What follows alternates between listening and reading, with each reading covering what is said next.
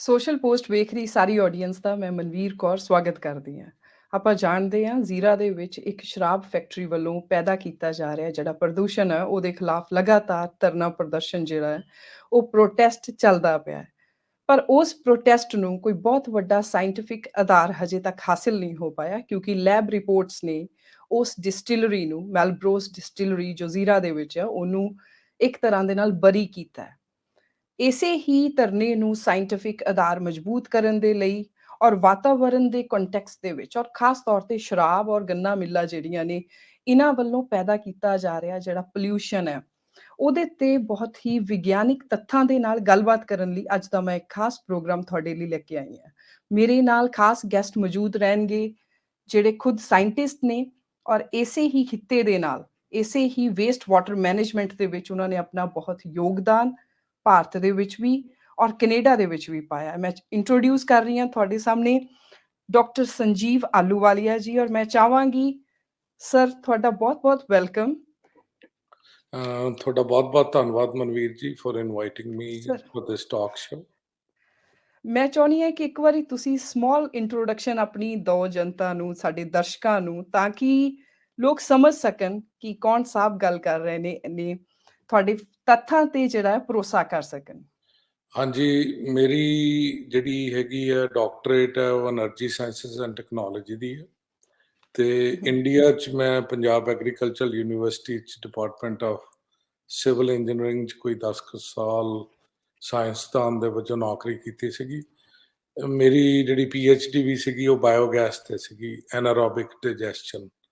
ਸੋ ਜਦੋਂ ਮੈਂ civil engineering 'ਚ ਜੌਬ ਕਰਦਾ ਸੀਗਾ ਉਦੋਂ ਮੈਂ ਐਨਾਰੋਬਿਕ ਡਾਈਜੈਸਸ਼ਨ ਤੇ ਵੀ ਕੰਮ ਕੀਤਾ, all India coordinated research schemes ਤੇ ਪਲੱਸ ਗਰਾਊਂਡ ਵਾਟਰ ਪੋਲਿਊਸ਼ਨ ਤੇ ਵੀ ਕੰਮ ਕੀਤਾ। ਮੇਰੇ ਕਈ ਮਾਸਟਰਸ ਦੇ ਸਟੂਡੈਂਟਸ ਨੇ ਆਪਣਾ ਥੀਸਿਸ ਗਰਾਊਂਡ ਵਾਟਰ ਪੋਲਿਊਸ਼ਨ ਤੇ ਲੁਧਿਆਣੇ ਦੇ ਗਰਾਊਂਡ ਵਾਟਰ ਨੂੰ, ਇੰਡਸਟਰੀਅਲ ਵਾਟਰਸ ਨੂੰ ਅਸੀਂ ਸਟੱਡੀ ਕੀਤਾ। ਕੈਨੇਡਾ 'ਚ ਆ ਕੇ ਫਿਰ ਮੈਂ ਹਾਈਡਰੋਕਸਲ ਸਿਸਟਮਸ ਵਿਕਟੋਰੀਆ 'ਚ ਇੱਕ ਵੇਸਟ ਵਾਟਰ ਟ੍ਰੀਟਮੈਂਟ ਦੀ ਕੰਪਨੀ ਸੀ, ਉੱਥੇ ਮੈਂ ਬਤੌਰ ਸਾਇੰਸਦਾਨ ਤੇ ਫਿਰ ਜਦੋਂ ਉਹ ਕੰਪਨੀ ਤੋਂ ਮੈਂ ਅਲੱਗਾ ਹੋਇਆ ਤਾਂ ਮੈਂ I was working for them as director research and development. ਉੱਥੇ ਅਸੀਂ ਦੁਨੀਆ ਭਰ ਦੇ ਜਿਹੜੇ ਇੰਡਸਟਰੀਜ਼ ਆ, ਡਿਫਰੈਂਟ ਕਾਈਂਡ ਆਫ ਇੰਡਸਟਰੀਜ਼ ਆ, ਉਹਦੇ ਜਿਹੜੇ ਵੇਸਟ ਵਾਟਰ ਦੀ ਲੈਬ ਸਕੇਲ ਫਿਰ ਪਾਇਲਟ ਸਕੇਲ ਅਸੀਂ ਟ੍ਰੀਟਮੈਂਟ ਪਲਾਨ ਬਣਾਉਂਦੇ ਹੁੰਦੇ ਸੀਗੇ। ਜੇ ਉਹਨੂੰ ਅਸੀਂ ਠੀਕ ਕਰ ਸਕਦੇ ਹੁੰਦੇ ਸੀਗੇ ਤੇ ਅਸੀਂ ਤਕਰੀਬਨ 25 ਬਹੁਤ ਵੱਡੀ ਇੰਡਸਟਰੀਜ਼ ਦੇ ਵਿੱਚ ਫਿਰ ਫੁੱਲ ਸਕੇਲ ਜਿਹੜੇ ਪਲਾਂਟਸ ਆ ਲਾਏ। ਉਸ ਤੋਂ ਬਾਅਦ ਜਿਹੜੇ ਇੱਥੇ ਫੇਰੀਜ਼ ਚੱਲਦੀਆਂ, ਕਰੂਜ਼ ਲਾਈਨਰਸ ਆ, ਉਹਨਾਂ ਦਾ ਜਿਹੜਾ ਔਨ ਬੋਰਡ ਟ੍ਰੀਟਮੈਂਟ ਸਿਸਟਮ ਵੀ ਅਸੀਂ ਡਿਜ਼ਾਈਨ ਕੀਤਾ। ਸੋ ਮੈਂ ਖਬਰਾਂ ਪੜ੍ਹਦਿਆਂ ਇੰਡੀਆ ਨਾਲ ਮੈਂ ਇਨ ਟੱਚ ਰਹਿਣਾ। ਜ਼ੀਰੇ ਜੋ ਮਾਲਬਰੋਜ਼ ਦਾ ਕਿਸਾਨ ਧਰਨੇ ਤੇ ਬੈਠੇ ਆ, ਮੈਂ ਦੇਖਿਆ ਤੇ ਫਿਰ ਮੈਂ ਇੱਕ ਆਰਟੀਕਲ ਸ਼ੇਅਰ ਕੀਤਾ ਜਿਹੜਾ ਤੁਸੀਂ ਵੀ ਪੜ੍ਹਿਆ, ਹਿੰਦੁਸਤਾਨ ਟਾਈਮਜ਼ ਨੇ ਕੈਰੀ ਕੀਤਾ ਤੇ ਉਸ ਕਰਕੇ ਆਪਾਂ ਹੁਣ ਇਹ ਗੱਲਬਾਤ ਕਰ ਰਹੇ ਹਾਂ।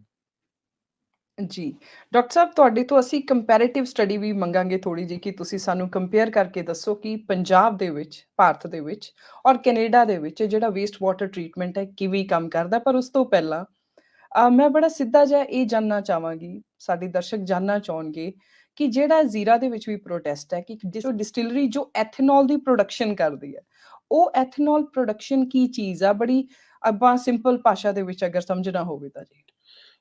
ਦੇਖੋ ਜੀ, ਜਿਹੜਾ ਐਥਨੋਲ ਨੂੰ ਅੱਜ ਕੱਲ ਨਹੀਂ, ਕਾਫੀ ਦੇਰ ਤੋਂ ਫਿਊਲ ਆਫ ਦਾ ਫਿਊਚਰ ਮੰਨਦੇ ਆ, ਕਿਉਂਕਿ ਇਹਨੂੰ ਐਥਨੋਲ ਦੀ ਜਿਹੜੀ ਯੂਜ਼ ਹੈਗੀ ਆ ਉਹ ਅਲਕੋਹਲ ਪ੍ਰੋਡਕਸ਼ਨ ਜਿਹੜੀ ਰੀਕ੍ਰੀਏਸ਼ਨਲ ਯੂਜ਼ ਆ ਉਹਦੇ ਵਾਸਤੇ, ਪਲੱਸ ਇੰਡਸਟਰੀ ਦੇ ਵਿੱਚ ਐਜ਼ ਸੋਲਵੈਂਟ ਯੂਜ਼ ਹੁੰਦਾ, ਜਿਹਦੇ 'ਚ ਬਿਊਟੀ ਪ੍ਰੋਡਕਟਸ ਨੇ, ਪਲਾਸਟੀਸਾਈਜ਼ਰਸ ਨੇ, ਬਥੇਰੇ ਇੱਦਾਂ ਦੇ ਜਿਹੜੀ ਚੀਜ਼ਾਂ ਨੇ ਜਿਹਦੇ 'ਚ ਸੋਲਵੈਂਟ ਯੂਜ਼ ਹੁੰਦਾ। ਤੀਜਾ ਫਿਰ ਇਹ ਗੈਸੋਲੀਨ ਦਾ ਸਬਸਟੀਚਿਊਟ ਬਣ ਰਿਹਾ। ਐਥਨੋਲ ਦੀਆਂ ਯੂਜ਼ਸ ਤਾਂ ਬਹੁਤ ਆ, ਪਰ ਜਿਹੜਾ ਐਥਨੋਲ ਪ੍ਰੋਡਕਸ਼ਨ ਆ, ਜੇ ਮੈਂ ਇਹਦੀ ਗੱਲ ਕਰਾਂ ਇੱਕ ਲੇਮੈਨ ਦੀ ਤਰ੍ਹਾਂ, ਇਹਦੀ ਜਾਂ ਤਾਂ ਜਿਹੜੀ ਪ੍ਰੋਡਕਸ਼ਨ ਆ ਸ਼ੂਗਰ ਰੈਜ਼ੀਡਿਊਜ਼ ਤੋਂ ਹੁੰਦੀ ਹੈ, ਜਿਵੇਂ ਆਪਣੇ ਸ਼ੂਗਰ ਕੇਨ ਆ, ਗੰਨਾ, ਸ਼ੂਗਰ ਬੀਟ ਆ, ਜਾਂ ਬਾਹਰ ਸਾਡੇ ਜ਼ਿਆਦਾ ਜਿਹੜੀ ਐਥਨੋਲ ਪ੍ਰੋਡਕਸ਼ਨ ਆ ਇਹ ਹੁੰਦੀ ਆ ਸਟਾਰਚ ਬੇਸਡ, ਜਿਵੇਂ ਕੋਰਨ ਹੈਗੀ ਆ ਕੋਈ ਵੀ ਕਿਸੇ ਤਰ੍ਹਾਂ ਦੇ ਜਿਹੜੇ ਗ੍ਰੇਨਸ ਆ ਉਹਨਾਂ ਤੋਂ ਹੋ ਜਾਂਦੀ ਹੈ। ਸੋ ਕੋਈ ਵੀ ਜਿਹੜਾ ਸ਼ੂਗਰ ਹੈਗਾ ਕ੍ਰੌਪ ਰੈਜ਼ੀਡਿਊ, ਸ਼ੂਗਰ ਕੇਨ ਦਾ ਜਿਹੜਾ ਰੈਜ਼ੀਡਿਊ, ਜਦੋਂ ਆਪਾਂ ਸ਼ੂਗਰ ਕੇਨ ਨੂੰ ਪ੍ਰੋਸੈਸ ਕਰਦੇ ਹਾਂ ਤਾਂ ਮੋਲੈਸਿਸ ਰਹਿ ਜਾਂਦੇ ਨੇ। ਮੋਲੈਸਿਸ ਫਿਰ ਯੂਜ਼ ਹੁੰਦੇ ਨੇ ਇਥੇਨੋਲ ਪ੍ਰੋਡਕਸ਼ਨ 'ਚ। ਕਿਸੇ ਵੀ ਤਰ੍ਹਾਂ ਦੇ ਗ੍ਰੇਨਸ ਵੀ ਯੂਜ਼ ਹੋ ਸਕਦੇ ਨੇ। ਕੋਈ ਵੀ ਜਿਹੜਾ ਪਲਾਂਟ ਮਟੀਰੀਅਲ ਆ ਜਿਹਦੇ ਵਿੱਚ ਸ਼ੂਗਰ ਹੈਗੀ ਆ, ਸੈਲੂਲੋਜ਼, ਹੈਮੀ ਸੈਲੂਲੋਜ਼ ਨੇ, ਉਹਨਾਂ ਤੋਂ ਆਪਾਂ ਇਥੇਨੋਲ ਪ੍ਰੋਡਕਸ਼ਨ ਕਰ ਸਕਦੇ ਹਾਂ। ਤੇ ਜਿਹੜੀ ਇੰਡਸਟਰੀਅਲ ਅਲਕੋਹਲ ਪ੍ਰੋਡਕਸ਼ਨ ਹੈ ਇੰਡੀਆ ਦੇ ਵਿੱਚ ਵੀ ਬਾਹਰ ਵੀ, ਇਹ ਇੱਕ ਬਹੁਤ ਵੱਡਾ ਪ੍ਰੋਸੈਸ ਹੈਗਾ। ਇਥੇਨੋਲ ਪ੍ਰੋਡਕਸ਼ਨ ਫਿਊਲ ਬਹੁਤ ਵਧੀਆ, ਫਿਊਲ ਫॉर द ਫਿਊਚਰ ਆ, ਬਟ ਇਹਦੇ ਵਿੱਚ ਇੱਕ ਬਹੁਤ ਵੱਡੀ ਇਹ ਚੀਜ਼ ਆ ਵੀ ਇਹਦੀ ਜਦੋਂ ਇਥੇਨੋਲ ਪ੍ਰੋਡਕਸ਼ਨ ਹੋ ਜਾਂਦੀ ਆ, ਇਹ ਫਰਮੈਂਟੇਸ਼ਨ ਦਾ ਪ੍ਰੋਸੈਸ ਹੁੰਦਾ। ਫਰਮੈਂਟੇਸ਼ਨ ਤੋਂ ਬਾਅਦ ਇਹਦੀ ਡਿਸਟਿਲੇਸ਼ਨ ਹੁੰਦੀ ਹੈ, ਤੇ ਡਿਸਟਿਲੇਸ਼ਨ ਤੋਂ ਬਾਅਦ ਜਿਹੜਾ ਐਫਲੂਐਂਟ ਨਿਕਲਦਾ, ਪੋਲਿਊਟੈਂਟ ਨਿਕਲਦਾ, ਜਿਹਦੇ ਨਾਲ ਪੋਲਿਊਸ਼ਨ ਹੁੰਦੀ ਆ, ਉਹਦੇ 'ਚ ਬਹੁਤ ਹਾਈ ਕੈਮੀਕਲ ਆਕਸੀਜਨ ਡਿਮਾਂਡ ਹੁੰਦੀ ਆ, ਬਾਇਓਲੋਜੀਕਲ ਆਕਸੀਜਨ ਡਿਮਾਂਡ ਹੁੰਦੀ ਆ। ਇਹਦੇ ਵਿੱਚ ਪੋਲੀਫਿਨੋਲਸ ਹੁੰਦੀਆਂ, ਕਲਰਡ ਕੰਪਾਊਂਡਸ ਹੁੰਦੇ ਆ, ਕੈਰਾਮਲਸ ਆ। ਫਿਰ ਇਹਦੇ 'ਚ ਹੈਵੀ ਮੈਟਲਸ, ਬੇਰੀਅਮ, ਮਰਕਰੀ, ਸਿਲੀਨੀਅਮ, ਜੀ। ਕਾਫੀ ਜ਼ਿਆਦਾ ਇਹਦੇ ਵਿੱਚ ਜਿਹੜਾ ਐਫਲੂਐਂਟ ਨਿਕਲਦਾ ਉਹ ਬਹੁਤ ਪੋਲਿਊਟੈਂਟ ਹੈ। ਉਹਨੂੰ ਜਿਹੜਾ ਟਰੀਟ ਕਰਨਾ ਉਹ ਬਹੁਤ એનર્ਜੀ ਇੰਟੈਂਸਿਵ ਹੈ, ਬਹੁਤ ਕਾਸਟ ਲੱਗਦੀ ਆ ਜੇ ਉਹ ਐਫਲੂਐਂਟ ਨੂੰ ਟਰੀਟ ਕਰਨਾ ਹੋਵੇ। ਜਿਹੜੀਆਂ ਐਫਲੂਐਂਟ ਟਰੀਟਮੈਂਟ ਸਟ੍ਰੈਟਜੀਜ਼ ਆਮ ਤੌਰ ਤੇ ਵਰਤੀਆਂ ਜਾਂਦੀਆਂ ਉਹ ਬਾਇਓਲੋਜੀਕਲ ਟਰੀਟਮੈਂਟ ਆਪਾਂ ਇਹਦੀ ਕਰਦੇ ਹਾਂ, ਕਿਉਂਕਿ ਜਿਹੜੀ ਕੈਮੀਕਲ ਆਕਸੀਡੇਸ਼ਨ ਹੈ, ਕਿਸੇ ਕੈਮੀਕਲ ਨਾਲ ਇਹਨੂੰ ਆਕਸੀਡਾਈਜ਼ ਕਰਕੇ ਜਾਂ ਉਹ ਯੂਜ਼ ਤਾਂ ਹੁੰਦੀ ਹੈ ਜਦੋਂ ਆਪਾਂ ਇਹਨੂੰ ਪੋਲਿਸ਼ ਆਫ ਕਰਦੇ ਹਾਂ ਉਹਨਾਂ ਸਟੈਪਸ ਦੇ ਵਿੱਚ ਇਹ ਯੂਜ਼ ਹੁੰਦਾ। ਬਟ ਪਹਿਲਾਂ ਥੋੜੀ ਜਿਹੀ ਮੈਂ ਵਿਸਤਾਰ 'ਚ ਇੰਟਰੋਡਕਸ਼ਨ ਇਹ ਦੇਣੀ ਚਾਹੂੰਗਾ। ਜਿਹੜੀ ਮੈਂ ਕੁਝ ਟਰਮਸ ਯੂਜ਼ ਕੀਤੀਆਂ, ਕੈਮੀਕਲ ਆਕਸੀਜਨ ਡਿਮਾਂਡ, ਇਹਦਾ ਮਤਲਬ ਹੁੰਦਾ ਵੀ ਜਿਹੜਾ ਕੋਈ ਵੇਸਟ ਨਿਕਲ ਰਿਹਾ ਉਹਦੇ ਕੁਝ ਇਦਾਂ ਦੇ ਕੈਮੀਕਲਸ ਪਏ ਆ, ਜੇ ਉਹਨੂੰ ਆਪਾਂ ਖੁੱਲਾ ਛੱਡ ਦਈਏ ਤਾਂ ਕਿੰਨੀ ਐਟਮੋਸਫੀਅਰ 'ਚੋਂ ਜਿਹੜੀ ਆਕਸੀਜਨ ਆ, ਆਕਸੀਜਨ ਆਕਸੀਡਾਈਜ਼ ਕਰਦੀ ਹੈ, ਉਹਨੂੰ ਤੋੜ ਦਿੰਦੀ ਹੈ। ਜਿਹੜੇ ਪੋਲਿਊਟੈਂਟਸ ਆ ਉਹ ਕਿੰਨੀ ਆਪਾਂ ਨੂੰ ਕੈਮੀਕਲ ਤੋੜਨ ਨੂੰ ਜਿਹੜੀ ਆਕਸੀਜਨ ਦੀ ਲੋੜ ਆ ਉਹਨੂੰ ਆਪਾਂ COD ਕਹਿ ਦਿੰਦੇ ਹਾਂ, ਕੈਮੀਕਲ ਆਕਸੀਜਨ ਡਿਮਾਂਡ। ਤੇ ਜਿਹੜੀ ਬਾਇਓਲੋਜੀਕਲ ਆਕਸੀਜਨ ਡਿਮਾਂਡ ਆ ਉਹ ਐਵੇਂ ਜਿਹੜਾ ਬਾਇਓਲੋਜੀਕਲ ਮਟੀਰੀਅਲ ਉਹਦੇ ਵਿੱਚ ਹੈਗਾ। ਜਿਹੜਾ ਇਹ ਐਫਲੂਐਂਟ ਹੈ ਇਹਦੇ 'ਚ ਬਾਇਓਲੋਜੀਕਲ ਜਿਹੜੇ ਮਟੀਰੀਅਲਸ ਆ ਥੋੜੇ ਜਿਹੇ ਨਹੀਂ, ਕਾਫੀ ਘੱਟ ਹੁੰਦੇ ਆ।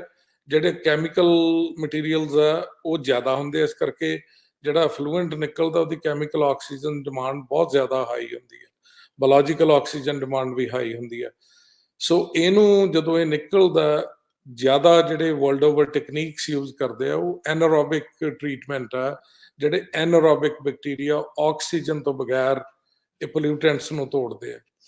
ਹੁਣ ਇਹਦੇ 'ਚ ਇੱਕ ਦਿਲਚਸਪ ਗੱਲ ਇਦਾਂ ਦੀ ਹੈ ਵੀ ਜਦੋਂ ਐਨਾਰੋਬਿਕ ਟਰੀਟਮੈਂਟ ਤੋਂ ਬਾਅਦ ਵੀ ਜਿਹੜਾ ਐਫਲੂਐਂਟ ਨਿਕਲਦਾ ਉਹਦੇ 'ਚ 30 ਤੋਂ ਲੈ ਕੇ 90 ਗ੍ਰਾਮ ਪਰ ਲੀਟਰ ਕੈਮੀਕਲ ਆਕਸੀਜਨ ਡਿਮਾਂਡ ਨਿਕਲਦੀ ਹੈ, ਜਿਹੜੀ ਕਿ ਜਦੋਂ ਵੀ ਕੋਈ ਵੇਸਟ ਹੈ ਉਹਦੇ ਦੋ ਤਰੀਕੇ ਹੀ ਹੁੰਦੇ ਆ। ਜਾਂ ਤਾਂ ਉਹਨੂੰ ਪੂਰਾ ਟਰੀਟ ਕਰੋ, ਟਰੀਟ ਕਰਕੇ ਉਹਨੂੰ ਤੁਸੀਂ ਵਾਟਰ ਬਾਡੀ ਤੇ ਕਿਸੇ 'ਚ ਡਿਸਪੋਜ਼ ਆਫ ਕਰ ਸਕਦੇ ਹੋ ਜਾਂ ਲੈਂਡ ਤੇ ਡਿਸਪੋਜ਼ ਆਫ ਕਰ ਸਕਦੇ ਹੋ।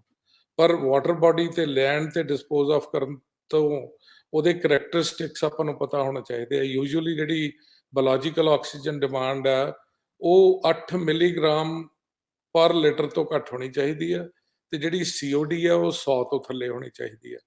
ਸੋ ਹੁਣ ਜਿਹੜੀ ਇਹਦੇ 'ਚ ਇੱਕ ਹੋਰ ਜਿਹੜਾ ਸਾਇੰਟੀਫਿਕ ਫੈਕਟ ਹੈ, ਜਿਹੜਾ ਵੀ ਕੋਈ ਇਥੇਨੋਲ ਪ੍ਰੋਡਕਸ਼ਨ ਦਾ ਐਫਲੂਐਂਟ ਆ ਉਹਦੀ ਕੋਈ ਸਿੰਗਲ ਸਟੈਪ ਟਰੀਟਮੈਂਟ ਹੈ ਨਹੀਂ, ਉਹਦੀ ਮਲਟੀ ਸਟੈਪ ਟਰੀਟਮੈਂਟ ਹੈ। ਜੇ ਤੁਸੀਂ ਉਹਨੂੰ ਜਿਹੜੀਆਂ ਵਰਲਡ ਹੈਲਥ ਆਰਗੇਨਾਈਜੇਸ਼ਨਸ ਦੀਆਂ ਵੈਲਿਊਜ਼ ਆ ਉਹਦੇ ਅਕੋਰਡਿੰਗਲੀ ਡਿਸਪੋਜ਼ ਆਫ ਕਰਨਾ ਹੈ ਪਾਣੀ ਤੇ ਲੈਂਡ 'ਚ, ਤੇ ਉਹ ਜਿਹੜਾ ਇਹ ਨਿਕਲਦਾ ਐਫਲੂਐਂਟ ਉਹਦੀ 300 ਤੋਂ 1000 ਗੁਣਾ ਜ਼ਿਆਦਾ COD ਤੇ BOD ਹੁੰਦੀ ਹੈ।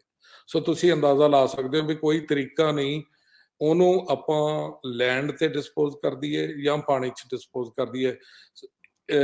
ਇਥੇਨੋਲ ਪ੍ਰੋਡਕਸ਼ਨ ਵੇਸਟ ਖਾਸ ਕਰਕੇ ਮੋਲੈਸਿਸ ਦੇ ਵਿੱਚ ਜਾਂ ਹੋਰ ਵੀ ਜਿਹੜੇ ਗ੍ਰੇਨਸ ਆਉਂਦੇ ਆ ਉਹਦੇ 'ਚ ਸਭ ਤੋਂ ਵੱਡੀ ਜਿਹੜੀ ਸਲੱਜ ਨਿਕਲਦੀ ਹੈ ਉਹਦੇ 'ਚ ਮੈਂ ਤੁਹਾਨੂੰ ਪਹਿਲਾਂ ਵੀ ਦੱਸਿਆ ਕਲਰਡ ਕੰਪਾਊਂਡਸ ਹੁੰਦੇ ਆ, ਕੈਰੇਮਲਸ ਹੁੰਦੇ ਆ, ਪੋਲੀਫੇਨੋਲਸ ਹੁੰਦੇ ਆ। ਉਹਨਾਂ ਦਾ ਰੰਗ ਡਾਰਕ ਬਰਾਊਨ ਤੇ ਕਾਲਾ ਹੁੰਦਾ। ਉਹ ਡਾਰਕ ਬਰਾਊਨ ਤੇ ਰੰਗ ਜਿਹੜਾ ਕਾਲਾ ਹੈ, ਉਹਨੂੰ ਕੋਈ ਵੀ ਬਾਇਓਲੋਜੀਕਲ ਟ੍ਰੀਟਮੈਂਟ ਠੀਕ ਨਹੀਂ ਕਰ ਸਕਦੀ।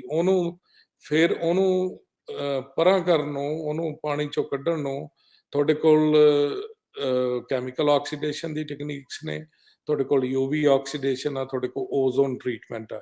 ਪਰ ਇਹ ਜਿਉਂ-ਜਿਉਂ ਆਪਾਂ ਕਰੀ ਜਾਵਾਂਗੇ ਤਿਉਂ-ਤਿਉਂ ਉਹਦੀ ਕਾਸਟ ਆਫ ਟ੍ਰੀਟਮੈਂਟ ਆ ਜਿਹੜੀ ਬਹੁਤ ਵੱਧਦੀ ਜਾਂਦੀ ਹੈ। ਸੋ ਜਿਹੜਾ ਮੇਰਾ ਪਾਸਟ ਦਾ ਐਕਸਪੀਰੀਅੰਸ ਰਿਹਾ, ਜੋ ਚੱਲ ਰਿਹਾ, ਮੇਰੇ ਕੋਲ ਕੋਈ ਪ੍ਰੂਫ ਨਹੀਂ ਹੈਗਾ ਇਸ ਗੱਲ ਦਾ। So I might not be liable for making these comments. ਪਰ ਇਹਦੀ ਜਿਹੜੀ ਟ੍ਰੀਟਮੈਂਟ ਆ ਉਹ ਇੰਨੀ ਮਹਿੰਗੀ ਹੈ, ਮੈਂ ਤੁਹਾਨੂੰ ਦੱਸਿਆ ਵੀ ਸਿੰਗਲ ਸਟੈਪ ਟ੍ਰੀਟਮੈਂਟ ਹੈ ਨਹੀਂ। ਤਾਂ ਮੋਸਟ ਲਾਈਕਲੀ ਜਿੱਥੇ ਜਿਹੜੇ ਲਾਜ਼ ਆ ਉਹਨਾਂ ਨਾਲ ਆਪਾਂ ਪਲੇ ਕਰ ਸਕਦੇ ਆ, ਜਿਹੜੇ ਵੀ ਮੋਨੀਟਰਿੰਗ ਏਜੰਸੀਜ਼ ਆ, ਜੇ ਉਹ ਨਹੀਂ ਇਸ ਗੱਲ ਨੂੰ ਮੋਨੀਟਰ ਕਰਦੀਆਂ ਕਿਸੇ ਵੀ ਤਰੀਕੇ ਨਾਲ, ਦੇ ਕਨਾਈਵ ਵਿਦ ਦ ਇੰਡਸਟਰੀ, ਤੇ ਇੰਡਸਟਰੀ ਉਹਨੂੰ ਟ੍ਰੀਟ ਕਿਉਂ ਕਰੂਗੀ? ਸੋ ਹੁੰਦਾ ਕੀ ਆ ਵੀ ਡੀਪ ਬੋਰਸ ਕਰਕੇ ਜਿਹੜਾ ਉਹ ਐਫਲੂਐਂਟ ਹੈ untreated, may be a little bit diluted but untreated effluent, only dilution, ਉਹ ਪਾਣੀ ਦੇ ਵਿੱਚ ਆਪਾਂ ਧੱਕ ਦਿੰਦੇ ਆ।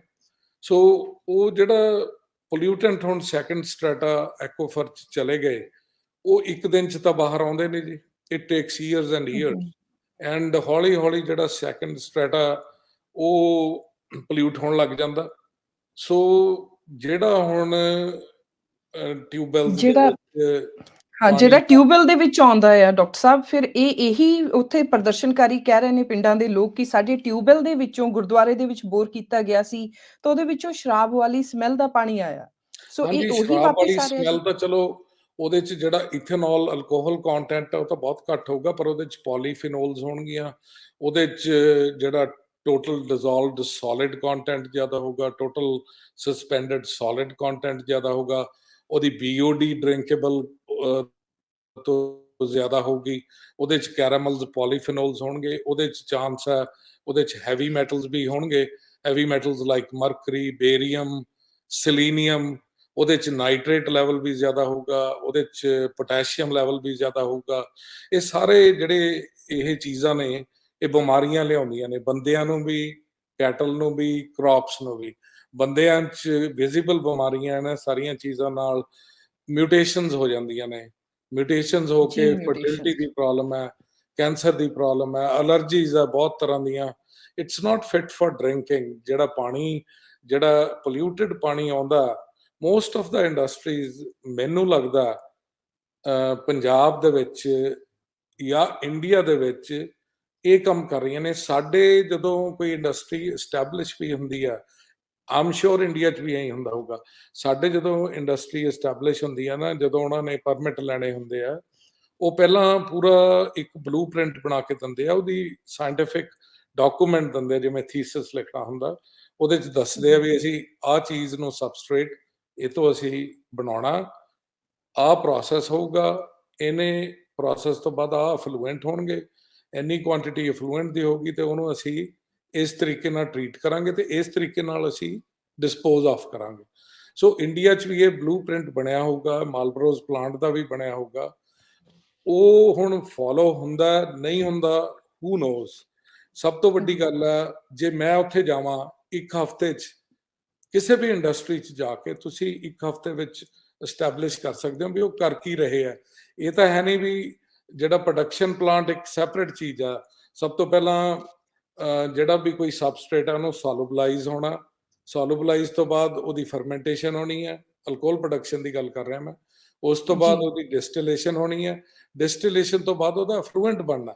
ਹੁਣ ਉਹਦਾ ਅਫਲੂਐਂਟ ਕਿੱਥੇ ਜਾਂਦਾ? ਉਹ ਆਫ ਔਨ ਸਾਈਟ ਟ੍ਰੀਟਮੈਂਟ ਦੇ ਰਹੇ ਆ ਕਿ ਆਫ ਸਾਈਟ ਟ੍ਰੀਟਮੈਂਟ ਦੇ ਰਹੇ ਆ?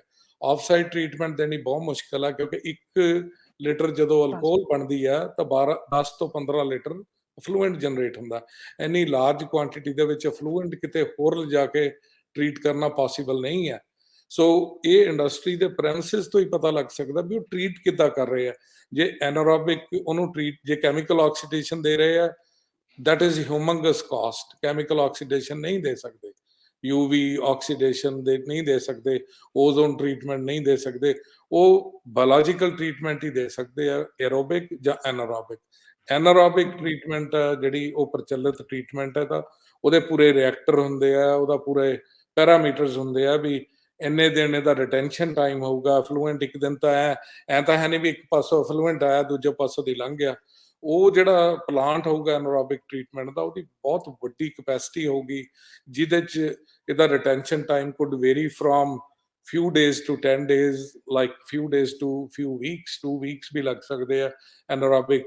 ਅੱਛਾ, ਫਿਰ ਜਦੋਂ ਐਨਾਰੋਬਿਕ 'ਚ ਉਹ ਫਲੂਐਂਟ ਨਿਕਲਦਾ, ਜੇ ਆਈਡਲੀ ਇਨ ਐਨ ਆਈਡੀਅਲ ਵਰਲਡ ਜੇ ਉਹਨੂੰ ਟ੍ਰੀਟ ਕਰ ਰਹੇ ਆ, ਤਾਂ ਫਿਰ ਉਹਦੀ post treatment hogi. Again, it might be going through some aerobic process to polish off, and lastly some chemical oxidation or UV oxidation or ozone treatment.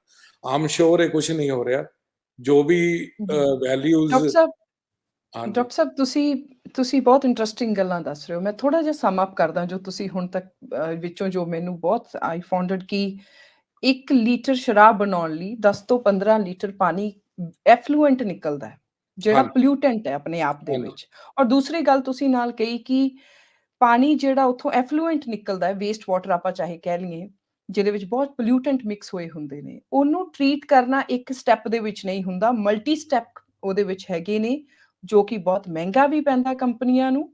ਹੋ ਸਕਦਾ ਹੈ ਕਿ ਇੰਨਾ ਪੈਸਾ ਉੱਧਰ ਨਾ ਖਰਚ ਕੇ ਉਹ ਕਿਸੇ ਤਰ੍ਹਾਂ ਪੋਲਿਊਸ਼ਨ ਕੰਟਰੋਲ ਬੋਰਡ ਜਾਂ ਕਾਨੂੰਨ ਹੋ ਗਿਆ, ਕਿਸੇ ਤਰ੍ਹਾਂ ਆਪਣੀ ਲੱਗਦੀ ਵਾਹ ਲਾਉਂਦੇ ਹੋਣ ਔਰ ਉੱਧਰ ਮੈਨੀਪੂਲੇਸ਼ਨ ਕਰਨਾ ਉਹਨਾਂ ਨੂੰ ਈਜ਼ੀ ਵਾਇਏਬਲ ਪੈਂਦੀਆਂ ਹੋਣ, ਕਿਉਂਕਿ ਬਿਜਲੀ ਦੀ ਖਪਤ ਵੀ ਜਿਹੜੀ ਆ ਉਹ ਇਹਨਾਂ ਵੇਸਟ ਵਾਟਰ ਟ੍ਰੀਟਮੈਂਟ ਨੂੰ ਕਰਨ ਦੇ ਵਿੱਚ ਬਹੁਤ ਜ਼ਿਆਦਾ ਲੱਗਦੀ ਹੈ। ਔਰ ਸਾਡੀ ਪੰਜਾਬ ਵਿਧਾਨ ਸਭਾ ਦੀ ਇੱਕ ਰਿਪੋਰਟ ਨੇ ਇਸ ਚੀਜ਼ ਨੂੰ ਕਿਹਾ ਵੀ ਹੈ ਕਿ ਬਿਜਲੀ ਦੀ ਬੱਚਤ ਕਰਨ ਲਈ ਜਿਹੜਾ ਵੇਸਟ ਵਾਟਰ ਟ੍ਰੀਟਮੈਂਟ ਪਲਾਂਟ ਨੇ ਉਹਨੂੰ ਚਲਾਇਆ ਨਹੀਂ ਜਾਂਦਾ। ਔਰ ਮੈਂ ਤੁਹਾਡੇ ਤੋਂ ਇੱਕ ਜਾਨਣਾ ਚਾਹਾਂਗੀ ਡਾਕਟਰ ਸਾਹਿਬ, ਇੰਨੇ ਮਲਟੀ ਲੇਅਰ ਟ੍ਰੀਟਮੈਂਟ ਕਰਨ ਤੋਂ ਬਾਅਦ ਵੀ ਜਿਹੜਾ ਐਫਲੂਐਂਟ ਬਚਦਾ ਹੈ, ਕੀ ਉਹ ਪ੍ਰੋਪਰ ਸਾਫ਼ ਹੋ ਜਾਂਦਾ ਹੈ?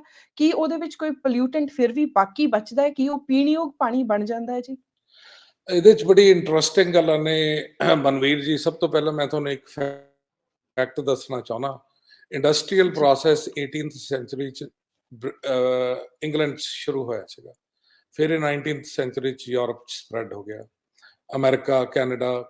ਹੁਣ ਤੁਸੀਂ ਨੋਟ ਕੀਤਾ ਹੋਣਾ ਕਿ ਜਿਹੜੇ ਵੱਡੇ ਇੰਡਸਟਰੀਅਲ ਜਾਇੰਟ ਨੇ, ਇਹਨਾਂ ਕੰਟਰੀਜ਼ 'ਚ ਇੱਦਾਂ ਦੀ ਨਹੀਂ ਇਹ ਇੰਡਸਟਰੀਆਂ ਲਾਉਂਦੇ, ਬਿਕੋਜ਼ ਇਹ ਕੰਟਰੀਜ਼ ਜਿਉਂ-ਜਿਉਂ ਇਹਨਾਂ ਨੂੰ ਅਵੇਅਰਨੈਸ ਹੋਈ ਵੀ ਜਿਹੜੀ ਆਹ ਚੀਜ਼ਾਂ ਅਸੀਂ ਪ੍ਰੋਡਕਸ਼ਨ ਕਰਦੇ ਹਾਂ ਇਨਵਾਇਰਮੈਂਟਲ ਡੀਗ੍ਰੇਡੇਸ਼ਨ ਕਰਦੀਆਂ, ਇਹਨਾਂ ਨੂੰ ਟੈਕਲ ਕਰਨਾ ਬਹੁਤ ਮੁਸ਼ਕਲ ਹੈ, ਇਹਨਾਂ ਦੇ ਇਨਫਲੂਐਂਸ ਨੂੰ।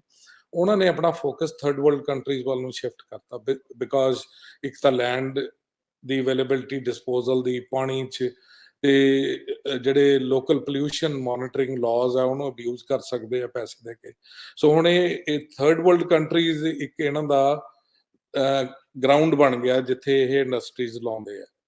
ਦੂਜੀ ਗੱਲ ਜਿਹੜੀ ਇਹ ਹੈਗੀ ਆ, ਜੇ ਇੰਨੀ ਜ਼ਿਆਦਾ ਜਿਹੜੀ ਤੁਸੀਂ ਮੈਂਸ਼ਨ ਕੀਤਾ, ਮੈਂ ਤੁਹਾਨੂੰ ਦੱਸਿਆ multi layer, multi step, multi stage treatment ਆ, ਇਹ ਜਿਹੜੇ ਪ੍ਰੋਫਿਟਸ ਦੇ ਵਿੱਚੋਂ ਸਿੱਧਾ ਈਟ ਕਰਦੀ ਹੈ। ਲੈਟਸ ਸੇ ਜੇ ਉਹਨਾਂ ਨੂੰ 1 ਲੀਟਰ ਸ਼ਰਾਬ ਤੋਂ ਉਹਨਾਂ ਨੂੰ 200 ਰੁਪਏ ਬਚਦੇ ਆ, ਤੇ ਜੇ ਉਹ ਟ੍ਰੀਟਮੈਂਟ ਕਰਦੇ ਆ, ਉਹਨਾਂ ਨੂੰ 1 ਲੀਟਰ ਸ਼ਰਾਬ ਮਗਰ 200 ਦੀ ਥਾਂ ਤੇ ਸਿਰਫ 100 ਰੁਪਈਆ ਬਚਦਾ, ਤਾਂ ਵਾਈ ਵੁੱਡ ਦੇ ਇੰਡਲਜ ਇਨ ਟ੍ਰੀਟਮੈਂਟ? ਉਹ 1 ਲੀਟਰ ਸ਼ਰਾਬ ਮਗਰ 5 ਰੁਪਈਏ ਕਿਸੇ ਮੋਨੀਟਰਿੰਗ ਏਜੰਸੀਜ਼ ਨੂੰ ਦੇ ਦੇਣਗੇ, ਜਿਹੜੇ ਕਿ ਉਹਨਾਂ ਨੂੰ ਕਲੀਨ ਚਿੱਟ ਦੇ ਦੇਣਗੇ ਵੀ ਸਾਰਾ ਕੁਝ ਠੀਕ ਹੋ ਰਿਹਾ।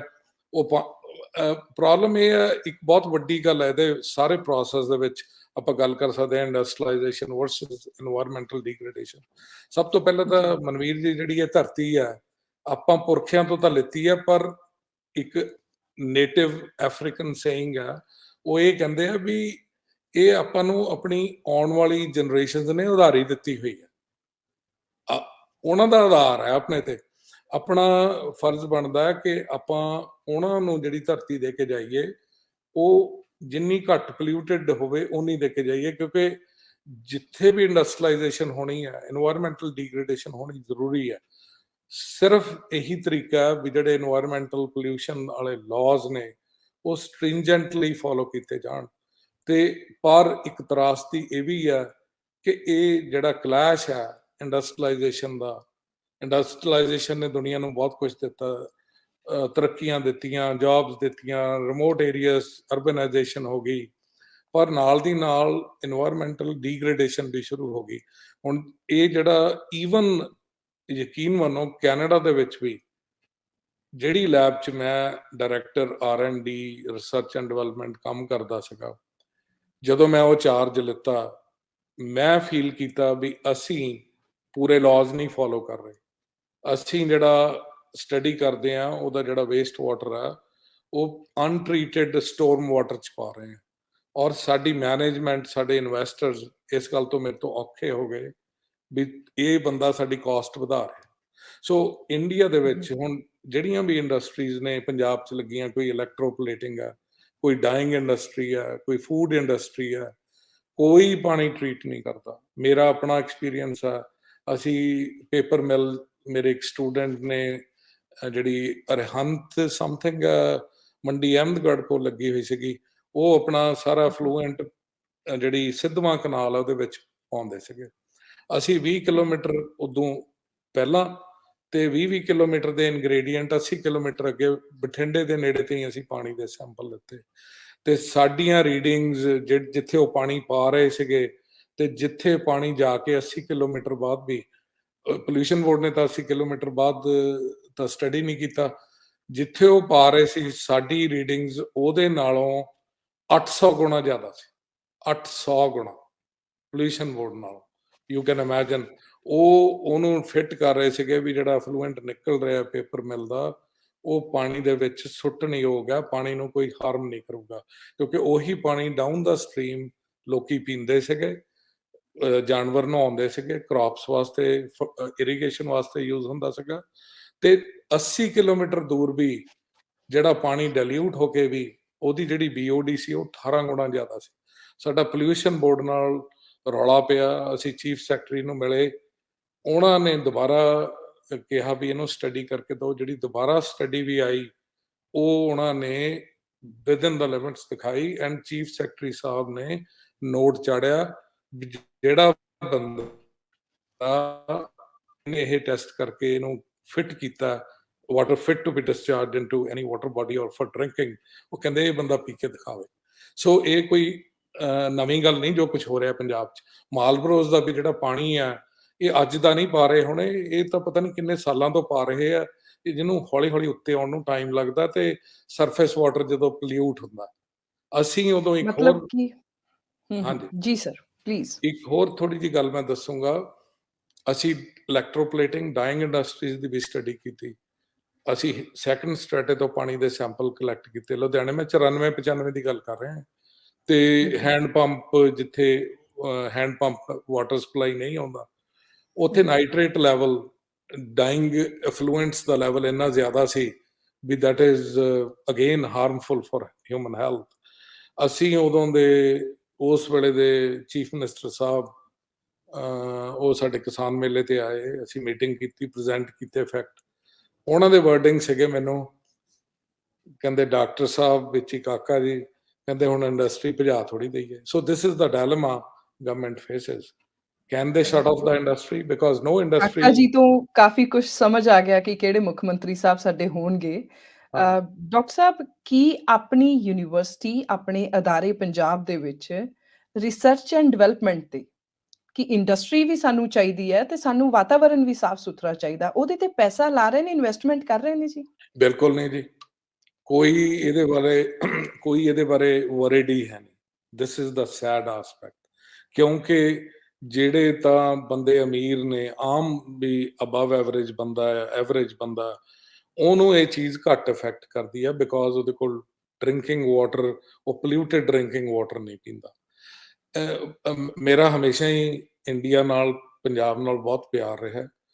ਜਦੋਂ ਇੱਕ ਵਾਰੀ ਅਕਾਲੀ ਮਿਨਿਸਟਰੀ ਆਈ ਸੀਗੀ, ਉਹਦੇ 'ਚ 2-3 ਸੀਨੀਅਰ ਆਫੀਸ਼ੀਅਲ ਮੇਰੇ ਫਰੈਂਡ ਸੀਗੇ।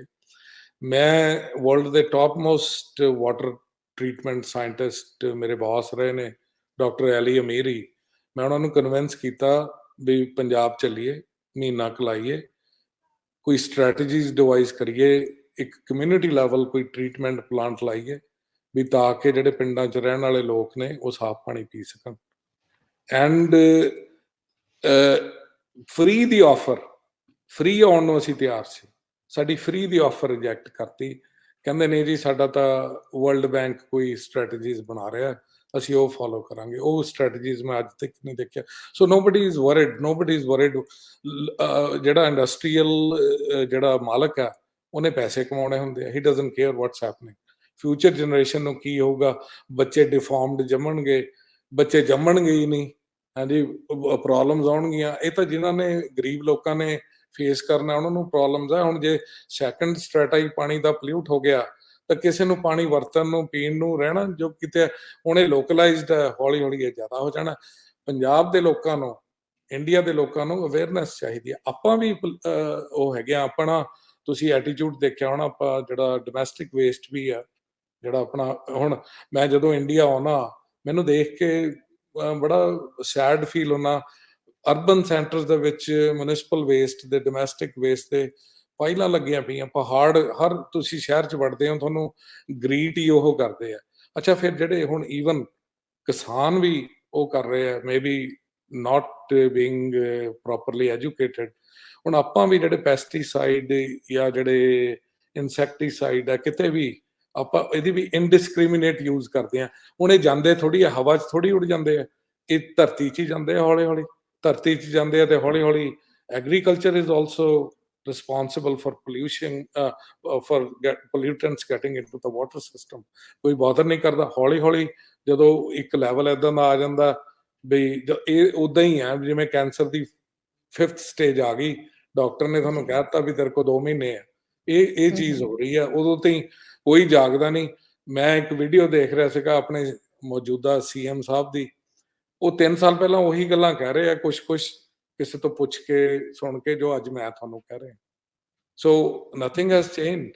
ਜਿਹੜੀ ਇੰਡਸਟਰੀ ਆ, ਇਹ ਤਾਂ ਹੁਣ ਆਈ ਵਾਸ਼ ਹੋ ਰਿਹਾ, ਜਿਹੜਾ ਵੀ ਇਹ ਤਾਂ ਜੀ ਇਹ ਰਿਪੋਰਟ ਏਦਾਂ, ਸੈਂਪਲਸ ਕੁਡ ਬੀ ਮੈਨੀਪੂਲੇਟਡ। ਹੁਣ ਤੁਸੀਂ ਸੈਂਪਲ ਮੈਨੀਪੂਲੇਟ ਕਰਕੇ ਟੈਸਟ ਕਰਾਤਾ, ਉਹ ਜੱਜ ਨੂੰ ਤੁਸੀਂ ਸੈਂਪਲ ਦੇਤੇ, ਉਹਦੇ ਚੋਂ ਨਿਕਲਣਾ ਕੀ ਹੈ? ਜੱਜ ਕੋਲ ਕਿਹੜਾ ਕੋਈ ਐਕਸਟਰਾ ਕਨਸਟੀਟਿਊਸ਼ਨਲ ਅਥਾਰਟੀ ਹੈ ਵੀ ਉਹ, ਇਹ ਤਾਂ ਸੈਂਪਲਿੰਗ ਪ੍ਰੋਪਰ ਹੋਵੇ, ਕੋਈ ਇੰਡੀਪੈਂਡੈਂਟ ਅਕ੍ਰੈਡਿਟਡ ਜਿਹੜੀ ਟਾਪ ਮੋਸਟ ਲੈਬ ਆ ਉਹ ਹੋਵੇ। ਬਿਕੋਜ਼ ਬਹੁਤੀ ਲੈਬਸ ਕੋਲ ਤਾਂ ਪੋਲਿਊਸ਼ਨ, ਮੈਨੂੰ ਨਹੀਂ ਪਤਾ ਹੁਣ ਅੱਜ ਕੱਲ੍ਹ ਪੋਲਿਊਸ਼ਨ ਕੰਟਰੋਲ ਬੋਰਡ ਕੋਲ ਕੀ ਸਟੇਟਸ ਆ, ਜਿੱਦਾਂ ਦੇ ਗੈਸ ਲਿਕੁਇਡ ਕ੍ਰੋਮੈਟੋਗ੍ਰਾਫੀ ਆ, ਐਟੋਮਿਕ ਅਬਜ਼ੌਰਪਸ਼ਨ ਆ, GCMS ਹੈ, GCLS ਹੈ, ਜੋ ਵੀ ਇੰਸਟਰੂਮੈਂਟਸ ਹੈ, ਬੜੇ ਸੋਫਿਸਟੀਕੇਟਡ ਇੰਸਟਰੂਮੈਂਟਸ ਇਹਨਾਂ ਕੋਲ ਹੈਗੇ ਵੀ ਆ। ਟੈਸਟ ਕੀ ਕਰਦੇ ਆ? ਬੜੇ ਸਿੰਪਲ ਟੈਸਟ ਆ। ਪਾਣੀ ਜਿੱਥੋਂ ਨਿਕਲ ਰਿਹਾ ਉਹਦਾ ਟੈਸਟ ਕਰ ਲਓ ਤੁਸੀਂ, ਜਿਹੜਾ ਇਹਨਾਂ ਦਾ ਅਫਲੂਐਂਟ ਨਿਕਲ ਰਿਹਾ ਉਹਦਾ ਟੈਸਟ ਕਰ ਲਓ, ਉਹਨੂੰ ਦੇਖੋ ਵੀ ਉਹ ਕਿੱਦਾਂ, ਉਹਨੂੰ ਪੁੱਛੋ ਵੀ ਤੁਸੀਂ ਕੀ ਕਰ ਰਹੇ ਹੋ। ਹੁਣ ਜੇ ਐਡਮਿਟ ਕਰਦੇ ਆ ਵੀ ਅਸੀਂ ਬੋਰ ਕਰ ਰਹੇ ਆ, ਇਹਦਾ ਮਤਲਬ ਪਾਣੀ ਤਾਂ ਵਿੱਚ ਸੁੱਟ ਰਹੇ ਆ। ਹੁਣ ਉਹ ਈਵਨ ਡਿਲੂਟ ਵੀ ਕਰਕੇ ਸੁੱਟ ਰਹੇ ਆ, ਆਈ ਡੋਨਟ ਨੋ ਇਹਨਾਂ, ਕਿਉਂਕਿ ਡਿਲੂਸ਼ਨ 'ਚ ਵੀ ਪਾਣੀ ਇੰਨਾ ਇਨਵੋਲਵਡ ਆ। ਸੋ ਮੇਰੇ ਕੋਲ ਕੋਈ ਇਦਾਂ ਦਾ ਤਰੀਕਾ ਨਹੀਂ ਮੈਂ ਕਹਿ ਸਕਾਂ ਵੀ ਉਹ ਗਿਲਟੀ ਨੇ ਜਾਂ ਨਹੀਂ ਗਿਲਟੀ ਨੇ। ਮੈਂ ਇੱਕ ਗੈਸ ਲਾ ਸਕਦਾ, ਸਿੰਪਲ ਗੈਸ ਆ ਵੀ ਇਹ ਸਾਰੇ ਇਨਫਲੂਐਂਸ ਨੂੰ ਟ੍ਰੀਟ ਕਰਨ ਨੂੰ ਬਹੁਤ ਪੈਸੇ ਲੱਗਦੇ ਆ, ਮਲਟੀ ਸਟੇਜ, ਤੇ ਕੋਈ ਇਨਵਾਇਰਮੈਂਟਲੀ ਕੌਨਸ਼ੀਅਸ ਹੈ ਨਹੀਂ, ਕੋਈ ਕਿਸੇ ਦੀ ਰਿਸਪੌਂਸਿਬਿਲਟੀ ਹੈ ਨਹੀਂ।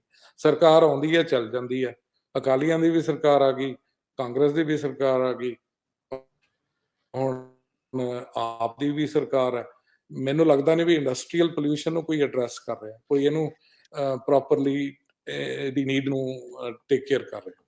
ਡਾਕਟਰ ਸਾਹਿਬ, ਤੁਸੀਂ ਖੁਦ ਵੀ ਕਿਹਾ ਕਿ ਮਲਟੀ ਲੇਅਰ ਸਿਸਟਮ ਚਾਹੀਦਾ ਸਾਰੇ ਨੂੰ ਕਲੀਨ ਕਰਨ ਦੇ ਲਈ ਐਫਲੂਐਂਟ ਨੂੰ। ਫਿਰ ਇੱਕ ਇੰਡਸਟਰੀ ਦੇ ਉੱਤੇ ਇੱਕ ਆਰਥਿਕ ਇੱਕ ਬੋਝ ਸ਼ਬਦ ਨਹੀਂ ਮੈਂ ਵਰਤਾਂਗੀ, ਕਿਉਂਕਿ ਜ਼ਿੰਮੇਵਾਰੀ ਬਣਦੀ ਹੈ ਕੰਪਨੀ ਦੀ ਕਿ ਆਪਣੀ ਇਨਵੈਸਟਮੈਂਟ ਨੂੰ ਉਸ ਹਿਸਾਬ ਨਾਲ ਕਰੇ, ਆਪਣੇ ਪ੍ਰੋਡਕਟ ਦੀ ਕੀਮਤ ਉਨੀ ਰੱਖੇ ਕਿ ਆਪਣਾ ਪਾਣੀ ਜਿਹੜਾ ਹੈ, ਗੰਦਾ ਪਾਣੀ ਉਹਨੂੰ ਸਾਫ਼ ਕਰੇ। ਫਿਰ ਇਹਦੇ ਨਾਲ ਕੰਪਨੀ ਤੇ, ਕਿਉਂਕਿ ਜਿਸ ਤਰ੍ਹਾਂ ਹੁਣ ਜ਼ੀਰਾ ਦਾ ਪ੍ਰੋਟੈਸਟ ਚੱਲ ਰਿਹਾ ਡਾਕਟਰ ਸਾਹਿਬ, ਇਹਦੇ ਵੀ ਕਿਹਾ ਜਾ ਰਿਹਾ ਕਿ ਇੱਕ ਤਰ੍ਹਾਂ ਦੇ ਨਾਲ ਸਨਅਤ ਦੇ ਵਿਰੁੱਧ ਜਾ ਰਿਹਾ।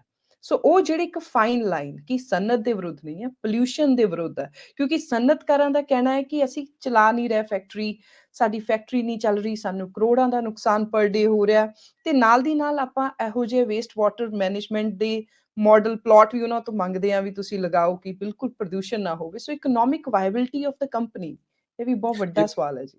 ਹਾਂਜੀ, ਬਿਲਕੁਲ। This is the conflict between industrialisation, profits and environmental degradation. ਹਰ ਇੰਡਸਟਰੀ ਕੋਸ਼ਿਸ਼ ਕਰਦੀ ਹੈ ਵੀ ਸਾਡੇ ਪ੍ਰੋਫਿਟਸ ਮੈਕਸਿਮਾਈਜ਼ ਹੋਣ, ਐਂਡ ਸਾਡੇ ਵੀ ਜੇ ਲਾਜ਼ ਸਟ੍ਰਿੰਜੈਂਟ ਨਾ ਹੋਣ ਨਾ ਜੀ, ਸਾਡੇ ਵੀ ਇੰਡਸਟਰੀਲਿਸਟ ਇਹੀ ਕਰਨ ਜੋ ਇੰਡੀਆ 'ਚ ਕਰ ਰਹੇ ਆ ਜਾਂ ਕਿਸੇ ਥਰਡ ਵਰਲਡ ਕੰਟਰੀ 'ਚ ਕਰ ਰਹੇ ਆ। ਇਹ ਤਾਂ ਲਾਅ ਇੰਨੇ ਸਟ੍ਰਿੰਜੈਂਟ ਆ। ਮੈਂ ਤੁਹਾਨੂੰ ਦੱਸਿਆ ਵੀ ਅਸੀਂ ਤਾਂ ਇੱਕ ਰਿਸਰਚ ਸੈਂਟਰ ਸੀਗਾ ਸਾਡਾ, ਤੇ ਆਈ ਕੰਸਲਟਡ ਮਾਈ ਲਾਇਰ। ਉਹ ਮੇਰਾ ਲਾਇਰ ਮੈਨੂੰ ਕਹਿੰਦਾ ਜੇ ਕੋਈ ਵੀ ਇਨਵਾਇਰਨਮੈਂਟ ਕੈਨੇਡਾ, ਹੈਲਥ ਕੈਨੇਡਾ ਆ ਕੇ ਕੁਝ ਕਰਦੀ ਆ, you will be personally responsible for that and I could end up in prison for 5-10 years। ਤੁਸੀਂ ਇੱਕ ਛੋਟੀ ਜਿਹੀ ਥਾਂ ਤੇ ਦੇਖ ਲਓ। ਸੋ ਇਹ ਕਨਫਲਿਕਟ ਤਾਂ ਹਮੇਸ਼ਾ ਰਹਿਣਾ ਹੀ ਰਹਿਣਾ, ਜਿਹੜੀ ਕਾਸਟ ਪ੍ਰੋਡਕਸ਼ਨ ਦੀ ਹੈ ਤੇ ਕਾਸਟ ਉਹਨੂੰ ਟ੍ਰੀਟ ਕਰਨ ਦੀ ਹੈ। ਆਪਾਂ ਇਹੀ ਕਰ ਸਕਦੇ ਹਾਂ ਵੀ ਜੋ ਵੀ ਐਫਲੂਐਂਟ ਨਿਕਲਦਾ ਉਹਨੂੰ ਪ੍ਰੋਪਰਲੀ ਟ੍ਰੀਟ ਕਰਕੇ ਜਾਂ ਧਰਤੀ ਤੇ ਛੱਡੀਏ ਜਾਂ ਪਾਣੀ। ਬਿਕੋਜ਼ ਤੁਸੀਂ ਇਹ ਦੇਖੋ, ਇੰਡਸਟਰੀ ਜੇ ਚੱਲਦੀ ਰਹੀ ਏਦਾਂ ਤੇ ਇਦਾਂ ਹੀ ਉਹਨਾਂ ਦੀਆਂ ਪ੍ਰੈਕਟਿਸਿਸ ਚੱਲਦੀਆਂ ਰਹੀਆਂ।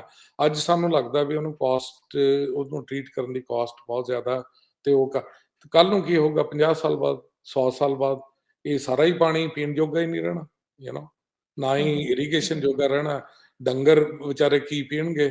ਸੋ ਜਿਹੜੀਆਂ ਕੈਂਸਰ ਟ੍ਰੇਨਸ ਚੱਲਦੀਆਂ, ਉਹ ਕੋਈ ਉਹ ਸੱਚਾਈ ਆ। ਦੈਟ ਇਜ਼ ਨਾਟ ਵੀ ਕੋਈ ਏਦਾਂ ਉਹੀ ਹਵਾ 'ਚ ਬਣਾ ਕੇ ਕਿਸੇ ਨੇ ਗੱਲ ਕਰਤੀ। ਸੋ ਜਿਹੜੀ ਇਨਵਾਇਰਨਮੈਂਟਲ ਡੀਗ੍ਰੇਡੇਸ਼ਨ ਹੈ ਉਹ ਹਮੇਸ਼ਾ ਹੋਣੀ ਹੈ, ਕੋਈ ਵੀ ਜਦੋਂ ਇੰਡਸਟਰੀਅਲ ਪ੍ਰੋਗਰੈਸ ਹੁੰਦੀ ਹੈ। ਇਹ ਤਾਂ ਹੁਣ ਗਵਰਨਮੈਂਟ ਨੂੰ ਚਾਹੀਦਾ ਵੀ ਉਹ ਪਾਲਿਸੀਜ਼ ਕਿੱਦਾਂ ਦੀ ਬਣਾਉਂਦੀ ਹੈ। ਜਿਹਨੇ ਉਹਨੇ ਪ੍ਰੋਫਿਟ ਨਾਲ ਕੰਮ ਕਰਨਾ ਉਹ ਕਰੇ, ਨਹੀਂ ਕਰਨਾ ਨਾ ਕਰੇ। ਹੁਣ ਇਹ ਕੋਈ ਜ਼ਰੂਰੀ ਥੋੜੀ ਹੈ ਹਰ ਕੋਈ ਤੁਸੀਂ ਇੰਡਸਟਰੀ ਲਾਓ, ਤੁਹਾਨੂੰ ਦਿਖਦਾ ਵੀ ਉਹਦੇ 'ਚ ਫਾਇਦਾ ਨਹੀਂ, ਤੁਸੀਂ ਨਾ ਲਾਓ। ਜੀ ਡਾਕਟਰ ਸਾਹਿਬ, ਸਾਇਆਨਾਈਡ ਵਰਗੇ ਏਦਾਂ ਦੇ ਕੈਮੀਕਲਸ ਜਿਹੜੇ ਨੇ ਉਹ ਵੀ ਸਾਈਟ ਦੇ ਉੱਤੇ ਦੇਖਣ ਨੂੰ ਮਿਲਿਆ, ਇਸ ਡਿਸਟਿਲਰੀ ਦੇ ਉੱਤੇ ਜਿਹੜੀ ਜ਼ੀਰਾ ਦੇ ਵਿੱਚ ਲੱਗੀ ਹੋਈ। ਉਹਦੇ 'ਚ ਮਨਵੀਰ ਜੀ, ਇੱਕ ਮੈਂ ਅਗੇਨ ਐਗਰੀਕਲਚਰ ਨੂੰ ਵੀ ਰਿਸਪੌਂਸਿਬਲ ਗਿਣੂੰਗਾ, ਕਿਉਂਕਿ ਇਨਡਿਸਕ੍ਰਿਮੀਨੇਟ ਯੂਜ਼ ਪੈਸਟੀਸਾਈਡ, ਇਨਸੈਕਟੀਸਾਈਡ ਜਿਨ੍ਹਾਂ 'ਚ ਇਹ ਹੁੰਦੇ ਆ। ਆਪਣੀ ਇੱਕ ਮੈਂਟੈਲਿਟੀ ਆ। ਮੈਂ ਕਈ ਵਾਰੀ ਕਈਆਂ ਨੂੰ ਐਗਜ਼ਾਮਪਲ ਦਿੰਦਾ ਹੁੰਦਾ, ਇੱਥੇ ਵੀ ਮੈਂ ਟੈਲੀਵਿਜ਼ਨ ਟਾਕਸ ਤੇ ਕਈ ਵਾਰੀ ਕੋਈ ਪ੍ਰੋਡਕਟ ਹੁੰਦਾ, ਕਲੀਨਿੰਗ ਪ੍ਰੋਡਕਟ ਹੁੰਦਾ, ਉਹਦੇ 'ਚ ਇੰਸਟਰਕਸ਼ਨ ਹੁੰਦੀਆਂ 10 ਮਿਲੀਲੀਟਰਸ ਇਨ ਅ ਲੀਟਰ। ਆਪਣੀ ਟੈਂਡੈਂਸੀ ਪਤਾ ਕੀ ਹੈ ਵੀ ਯਾਰ 10 ਨਾਲ ਇਹ ਸਾਫ਼ ਨਹੀਂ ਹੋਣਾ, 50 ਪਾ ਦੋ ਵੀ ਚੱਲ ਕੀ ਆ, ਥੋੜਾ ਜਿਹਾ ਵੱਧ ਲੱਗ ਜਾਓ। ਸੋ ਉਹ ਜਿਹੜਾ ਆਪਾਂ 4 ਗੁਣਾ 5 ਗੁਣਾ ਵੱਧ ਪਾ ਰਹੇ ਆ, ਆਪਾਂ ਇਹ ਨਹੀਂ ਸੋਚਦੇ ਵੀ ਉਹ ਐਂਡ ਅਪ ਕਿੱਥੇ ਹੋਣਾ। ਕਿਸੇ ਵਾਟਰ ਬੋਡੀ 'ਚ ਹੀ ਹੋਣਾ, ਕਿਸੇ ਧਰਤੀ ਤੇ ਹੀ ਹੋਣਾ, ਹਵਾ 'ਚ ਤਾਂ ਜਾਣਾ ਨਹੀਂ। ਇਹ ਜਿਹੜੀ ਇਨਵਾਇਰਨਮੈਂਟਲ ਡੀਗ੍ਰੇਡੇਸ਼ਨ ਆਪਾਂ ਕਰਦੇ ਆ, ਆਪਾਂ ਸਾਰੇ ਆਪਾਂ ਕੌਨਸ਼ੀਅਸਲੀ ਆਪਾਂ ਚਾਹੇ ਨਾ ਅਵੇਅਰ ਹੋਈਏ, ਪਰ ਆਪਾਂ ਸਾਰੇ ਰਿਸਪੌਂਸਿਬਲ ਆ। ਜਿਹੜੀ ਇੱਕ ਟੂਥ ਬਰਸ਼ ਆਪਾਂ ਕਰਦੇ ਆ ਨਾ ਮਨਵੀਰ ਜੀ, ਇਹ ਤੁਸੀਂ ਚੱਲ ਜਾਣਾ ਇਸ ਧਰਤੀ ਤੋਂ, ਉਹਨੇ ਹਮੇਸ਼ਾ ਰਹਿਣਾ, ਉਹਨੇ ਕਦੀ ਨਹੀਂ ਖਤਮ ਹੋਣਾ। ਜਿਹੜੀ ਚਿੰਗਮ ਆਪਾਂ ਖਾ ਕੇ ਸੁੱਟ ਦਿੰਦੇ ਆ, ਇਹ ਚਿੰਗਮ ਧਰਤੀ ਤੋਂ ਜਾਣੀ ਨਹੀਂ। ਸੋ ਅੱਜ ਤਾਂ ਤੁਹਾਨੂੰ ਲੱਗਦਾ ਵੀ ਤੁਸੀਂ ਇੱਕ ਚਿੰਗਮ ਖਾ ਲਈ, ਤੁਹਾਡੇ ਵਰਗੇ 10 ਨੇ ਖਾ ਲਈ। ਇਹ ਜਿਹੜੀ ਸਾਡੀ ਸੋਸ਼ਲ ਰਿਸਪੌਂਸਿਬਿਲਿਟੀ ਹੈ ਟੂਵਰਡਸ ਦਾ ਪਲੈਨਟ, ਉਹ ਹੈ ਨਹੀਂ। ਨਾ ਹੀ ਕੋਈ ਐਜੂਕੇਸ਼ਨ ਆ। ਇੱਥੇ ਪੂਰੇ ਅਦਾਰੇ ਨੇ ਜਿਹਦੇ 'ਚ ਇਨਵਾਇਰਨਮੈਂਟਲ ਸਾਇੰਸ ਆਫਿਸਰ ਡੀਲ ਕਰਦਾ ਇੰਡਸਟਰੀਜ਼ ਨਾਲ, ਉਹਨਾਂ ਨੂੰ ਪ੍ਰੋਜ਼ ਐਂਡ ਕੌਨਸ ਦੱਸਦਾ, ਸਾਰੇ ਪ੍ਰੋਟੋਕਾਲਸ ਬਣੇ ਹੋਏ ਆ, ਸਾਰਾ ਕੁਝ ਟ੍ਰਾਂਸਪੇਰੈਂਟ ਹੈ। ਬੇਸਿਕ ਫਰਕ ਇੰਡੀਆ ਦੀ ਪੋਲਿਊਸ਼ਨ ਪਾਲਿਸੀ ਦੇ ਵਿੱਚ ਔਰ ਕੈਨੇਡਾ ਦੀ ਤੁਸੀਂ ਕੀ ਮਹਿਸੂਸ ਕੀਤਾ ਹੈ ਜੀ? ਮੈਂ ਦੇਖੋ ਜੀ, ਇਹ ਜਿਹੜੀਆਂ ਹੁਣ ਮੈਨੂੰ 23 ਸਾਲ ਹੋ ਗਏ ਨਾ ਐਡਵਾਂਸਡ ਕੰਟਰੀਜ਼ ਕੈਨੇਡਾ ਦੇ ਵਿੱਚ ਰਹਿੰਦੇ ਆ, ਟਰੈਵਲ ਕੀਤਾ, USA ਵੀ ਇੰਟਰੈਕਟ ਵੀ ਕੀਤਾ। ਮੈਂ ਇੱਕ ਫੀਲ ਕਰਾਂ ਜਿਹੜਾ ਇੱਥੇ ਵੀ, ਜਿਵੇਂ ਪੰਜਾਬੀ 'ਚ ਆਪਾਂ ਕਹਿੰਦੇ ਹਾਂ ਨਾ ਵੀ ਕਾਂ ਮਾਰ ਕੇ ਟੰਗਣਾ, ਉਹ ਬਹੁਤ ਜ਼ਰੂਰੀ ਹੈ। ਇੱਥੇ ਹੁਣ ਇੰਨੇ ਹੈਵੀ ਫਾਈਨਸ ਆ, ਕੋਈ ਡੇਅਰ ਨਹੀਂ ਕਰਦਾ। ਜੇ ਕੋਈ ਡੇਅਰ ਕਰੂਗਾ 100 ਚੋਂ 1 ਉਹ ਕਰ ਲੂਗਾ, ਪਰ ਆਮ ਬੰਦਾ ਡੇਅਰ ਨਹੀਂ ਕਰਦਾ। ਇੱਥੇ ਟ੍ਰਾਂਸਪੇਰੈਂਟ ਹੈ। ਮਤਲਬ ਮੈਨੂੰ ਤਾਂ ਇਹ ਹੈਰਾਨੀ ਹੋ ਰਹੀ ਹੈ ਵੀ ਐਡਾ ਰੌਲਾ ਕਿਉਂ ਪਿਆ ਹੋਇਆ। ਸਾਡੇ ਇੰਡਸਟਰੀ ਲੱਗਦੀ ਹੈ, ਤੁਸੀਂ ਇੰਡਸਟਰੀ 'ਚ ਜਾਓ, ਉਹ they can walk you through ਵੀ ਸਾਡੇ ਆਹ ਸਟੈਪ ਨੇ, ਆਹ ਸਾਡਾ ਹੈਗਾ। ਉਹਨਾਂ ਦੇ ਪ੍ਰੈਮਿਸਿਸ 'ਚ ਜਾਓ, ਯੂ ਕੈਨ ਸੀ ਐਵਰੀਥਿੰਗ। ਇੱਥੇ ਤਾਂ ਕੁਝ ਦਿਖਦਾ ਹੀ ਨਹੀਂ। ਇੱਥੇ ਤਾਂ ਉਹ ਹਨੇਰਾ ਜਿਹਾ ਹੀ ਹੈ, ਪਤਾ ਨਹੀਂ ਕਿੰਨੇ ਖੂਹ ਪੱਟੇ ਹੋਏ ਆ, ਕਿੰਨੇ ਨਹੀਂ ਪੱਟੇ ਹੋਏ। ਮੈਂ ਤਾਂ ਇੱਕ ਗੱਲ ਪੁੱਛਦਾ ਵੀ ਐਫਲੂਐਂਟ ਜਾ ਕਿੱਥੇ ਰਿਹਾ? ਪਹਿਲੀ ਗੱਲ, ਜੇ ਐਫਲੂਐਂਟ ਜਾ ਰਿਹਾ ਤਾਂ ਉਹ ਐਫਲੂਐਂਟ ਦੀਆਂ ਕੀ ਕਰੈਕਟਰਿਸਟਿਕਸ ਆ? ਬਸ ਉਹਦੇ 'ਚ ਜਿਹੜੇ ਪੈਰਾਮੀਟਰਸ ਨੇ, 10-12 ਪੈਰਾਮੀਟਰਸ ਆ, ਉਹਦੇ ਤੋਂ ਪਤਾ ਲੱਗ ਜਾਂਦਾ ਵੀ ਜੇ ਤੁਸੀਂ ਚਲੋ ਪਹਿਲਾਂ ਤਾਂ ਜਿਹੜਾ ਗਰਾਊਂਡ ਵਾਟਰ ਨੂੰ ਰੇਨ ਵਾਟਰ ਨਾਲ ਵੀ ਰੀਚਾਰਜ ਕਰਨਾ ਇਜ਼ ਨਾਟ ਐਕਸੈਪਟੇਬਲ। ਜਦੋਂ ਗਰਾਊਂਡ ਵਾਟਰ 'ਚ ਆਪਾਂ ਇੰਡਸਟਰੀਅਲ ਐਫਲੂਐਂਟ ਪਾ ਰਹੇ ਹਾਂ, ਉਦੋਂ ਵੱਡਾ ਕ੍ਰਾਈਮ ਤਾਂ ਹਿਊਮੈਨਿਟੀ ਅਗੇਂਸਟ। ਇਹ ਤਾਂ ਆਪਾਂ ਸਿੱਧਾ ਇੰਜੈਕਸ਼ਨ ਲਾ ਰਹੇ ਹਾਂ। ਹੁਣ ਇਹ ਜ਼ਹਿਰ ਦਾ ਇੰਜੈਕਸ਼ਨ ਆ, ਤੁਸੀਂ ਬੰਦੇ ਨੂੰ ਜ਼ਹਿਰ ਦਾ ਇੰਜੈਕਸ਼ਨ ਲਾ ਦਿਓ। ਅੱਛਾ, ਬੰਦਾ ਗਲਤ ਖਾਂਦਾ, ਕੋਈ ਵੀ ਰੋਂਗ ਨਿਊਟ੍ਰੀਐਂਟਸ ਲੈਂਦਾ, ਉਹ ਟਾਈਮ ਲੱਗਦਾ ਮੈਨੀਫੈਸਟ ਹੋਣ ਨੂੰ ਤੁਹਾਡੀ ਬਾਡੀ ਤੇ, ਉਵੇਂ ਹੀ ਵਾਟਰ ਬਾਡੀ। ਜੀ ਡਾਕਟਰ ਸਾਹਿਬ, ਮੈਂ ਬੜਾ ਸਪਸ਼ਟ ਸਵਾਲ ਪੁੱਛਾਂ ਤੁਹਾਨੂੰ ਅਗਰ, ਕਿ ਜਿਹੜੇ ਆਮ ਪ੍ਰੋਟੈਸਟ ਕਰ ਰਹੇ ਲੋਕ ਨੇ ਜਾਂ ਸਾਡੀਆਂ ਅਥਾਰਟੀਜ਼ ਨੇ, ਉਸ ਡਿਸਟਿਲਰੀ ਦੇ ਵਿੱਚ ਪੋਲਿਊਸ਼ਨ ਪੈਦਾ ਹੋ ਰਿਹਾ ਆ, ਇਸ ਚੀਜ਼ ਨੂੰ ਇਸਟੈਬਲਿਸ਼ ਕਰਨਾ ਕਿੰਨਾ ਕੁ ਔਖਾ ਆ? ਬਿਲਕੁਲ ਹੀ ਔਖਾ ਨਹੀਂ ਜੀ। ਇਹੀ ਤਾਂ ਮੈਨੂੰ ਆਮ just I fail to understand. ਬਿਲਕੁਲ ਹੀ ਮੁਸ਼ਕਿਲ। ਜੇ ਕੋਈ ਓਨੈਸਟ ਹੈਗਾ, ਹਫਤੇ ਦਾ ਪ੍ਰੋਸੈਸ ਹੈ, 5 ਦਿਨ ਲੱਗਦੇ ਆ BOD ਨੂੰ। COD ਦਾ ਰੈਪਿਡ ਟੈਸਟ ਹੈ, ਉਹਦੇ ਨਾਲ COD BOD ਨਾਲ ਟੋਟਲ ਡਿਜ਼ੋਲਵਡ ਸੋਲਿਡ, ਸਸਪੈਂਡਡ ਸੋਲਿਡ, ਜਿਹੜੇ ਮੈਟਲਸ ਨੇ, ਹੈਵੀ ਮੈਟਲਸ ਨੇ, ਹਫਤੇ ਦੇ ਵਿੱਚ ਸਾਰੇ ਹੋ ਸਕਦੇ ਆ। ਉਸ ਤੋਂ ਬਾਅਦ ਐਕਚੁਅਲੀ ਪ੍ਰੋਬਲਮ ਮਨਵੀਰ ਜੀ ਇੱਥੇ ਹੀ ਨਹੀਂ ਹੈ। ਜਦੋਂ ਮੈਂ ਜੌਬ ਕਰਦਾ ਸੀ, ਸਾਡੇ ਕੋਲ ਗੰਗਾ ਦਾ ਵੀ ਪਾਣੀ ਆਇਆ, ਠੀਕ ਹੈ ਨਾ ਜੀ। ਮੈਂ ਕਿਸੇ ਦੇ ਸੈਂਟੀਮੈਂਟ ਨਹੀਂ ਹਰਟ ਕਰਨਾ ਚਾਹੁੰਦਾ, ਲੋਕੀ ਨਹਾਉਂਦੇ ਨੇ ਜਾ ਕੇ, ਸਾਰਾ ਕੁਛ ਹੈ। ਗੰਗਾ ਵੀ ਜਿੱਥੋਂ ਟਾਊਨਸ ਕੋਲ ਲੰਘਦੀ ਹੈ, ਪ੍ਰੋਬਲਮ ਕੀ ਕਰਦੇ ਆਪਣੇ ਬੁੱਢਾ ਨਾਲਾ ਪੰਜਾਬ 'ਚ, ਰਿਵਰ ਦੀ ਇੱਕ ਸੈਲਫ ਪਿਊਰੀਫਿਕੇਸ਼ਨ ਕਪੈਸਿਟੀ ਹੁੰਦੀ ਹੈ। ਉਹ ਰਿਵਰ ਜਦੋਂ ਪਾਣੀ ਵਹਿੰਦਾ, ਆਕਸੀਜਨ ਉੱਤੋਂ ਆਉਂਦੀ ਹੈ, ਉਹ ਟਰੀਟ ਹੋਈ ਜਾਂਦੀ ਹੈ। That is called self purification capacity. ਜਦੋਂ ਗੰਗਾ ਦਾ ਪਾਣੀ ਸਾਡੇ ਕੋਲ ਆਇਆ, they approached us for the treatment of that. Ganga was a dead river ਜਿੱਥੋਂ ਆਇਆ। ਡੈਡ ਰਿਵਰ ਨਾਲ ਕੀ ਹੁੰਦਾ, ਜਿੱਥੇ ਸੈਲਫ ਪਿਊਰੀਫਿਕੇਸ਼ਨ ਕਪੈਸਿਟੀ ਖਤਮ ਹੁੰਦੀ ਹੈ, ਐਕੁਆਟਿਕ ਲਾਈਫ ਖਤਮ ਹੋ ਜਾਂਦੀ ਹੈ। ਵੱਡੀ ਮੱਛੀਆਂ ਤਾਂ ਆਪਾਂ ਨੂੰ ਦਿਖਦੀਆਂ ਨੇ ਨਾ ਵੀ ਹੈ ਨਹੀਂ, ਜਿਹੜੀ ਛੋਟੀ ਐਕੁਆਟਿਕ ਮਰੀਨ ਲਾਈਫ ਹੈ, ਉਹ ਸਾਰੀ ਮਰ ਜਾਂਦੀ ਆ। ਆਪਾਂ ਜੰਮੇ ਕਿੱਥੋਂ? ਆਪਾਂ ਸਮੁੰਦਰ ਚੋਂ ਜੰਮੇ ਆ। ਸਮੁੰਦਰ ਦੀ ਜਿਹੜੀ ਬਾਇਓਲੋਜੀ ਆ, ਉਹਦੇ ਆਪਾਂ ਬਾਏ ਪ੍ਰੋਡਕਟ ਹੈਗੇ ਆ, ਜਿਹੜਾ ਇਨਸਾਨ ਹੈ। ਜੀ ਔਰ ਜਦੋਂ ਰਿਵਰਸ ਹੀ ਆਪਾਂ ਡੈਡ ਕਰਤੀਆਂ, ਧਰਤੀ ਦਾ ਪਾਣੀ ਡੈਡ ਕਰਤਾ ਥੱਲਾ, ਆਪਣੇ ਕੋਲ ਰਹਿਣਾ ਕੀ ਹੈ ਜੀ? ਕੁਛ ਵੀ ਨਹੀਂ। ਪਾਪੂਲੇਸ਼ਨ ਵਧੀ ਜਾਂਦੀ ਹੈ, ਪ੍ਰੈਸ਼ਰ ਵਧੀ ਜਾਂਦਾ, ਇੰਡਸਟਰੀਅਲ ਨੀਡ ਵਧੀ ਜਾਂਦੀ ਹੈ। ਇਹ ਤਾਂ ਗਵਰਨਮੈਂਟ ਨੂੰ ਜਾਂ ਤਾਂ ਸਬਸਿਡਾਈਜ਼ ਕਰਨੇ ਪੈਣਗੇ ਇਹਨਾਂ ਦੇ ਪਲਾਂਟਸ, ਜਾਂ ਮੈਂ ਇਹਨਾਂ ਦਾ। ਇਹੀ ਚੀਜ਼ ਤੁਹਾਡੇ ਤੋਂ ਪੁੱਛਣਾ ਚਾਹ ਰਹੀ ਹਾਂ ਜੀ, ਕਿ ਇਹਦੇ 'ਚ ਗਵਰਨਮੈਂਟ ਦਾ, ਸਰਕਾਰ ਦਾ ਰੋਲ ਕੀ ਹੋਵੇ? ਕਿਉਂਕਿ ਆਪਾਂ ਪ੍ਰੋਟੈਸਟਿੰਗ ਲੋਕਾਂ ਵਾਲੇ ਪੱਖ ਤੋਂ ਵੀ ਅਗਰ ਦੇਖੀਏ, ਆਪਣੇ ਵਾਤਾਵਰਣ ਦੇ ਪੱਖ ਤੋਂ ਵੀ ਦੇਖੀਏ, ਤੇ ਇੰਡਸਟਰੀਅਲਿਸਟ ਦੇ ਪੱਖ ਤੋਂ ਵੀ ਦੇਖੀਏ, ਸਰਕਾਰ ਕੀ ਰੋਲ ਅਦਾ ਕਰ ਸਕਦੀ ਹੈ ਜੀ? ਸਰਕਾਰ ਪ੍ਰੋਪਰ ਐਸਟੈਬਲਿਸ਼ਮੈਂਟ ਕਰੇ ਪ੍ਰੋਟੋਕੋਲਸ ਦੀ।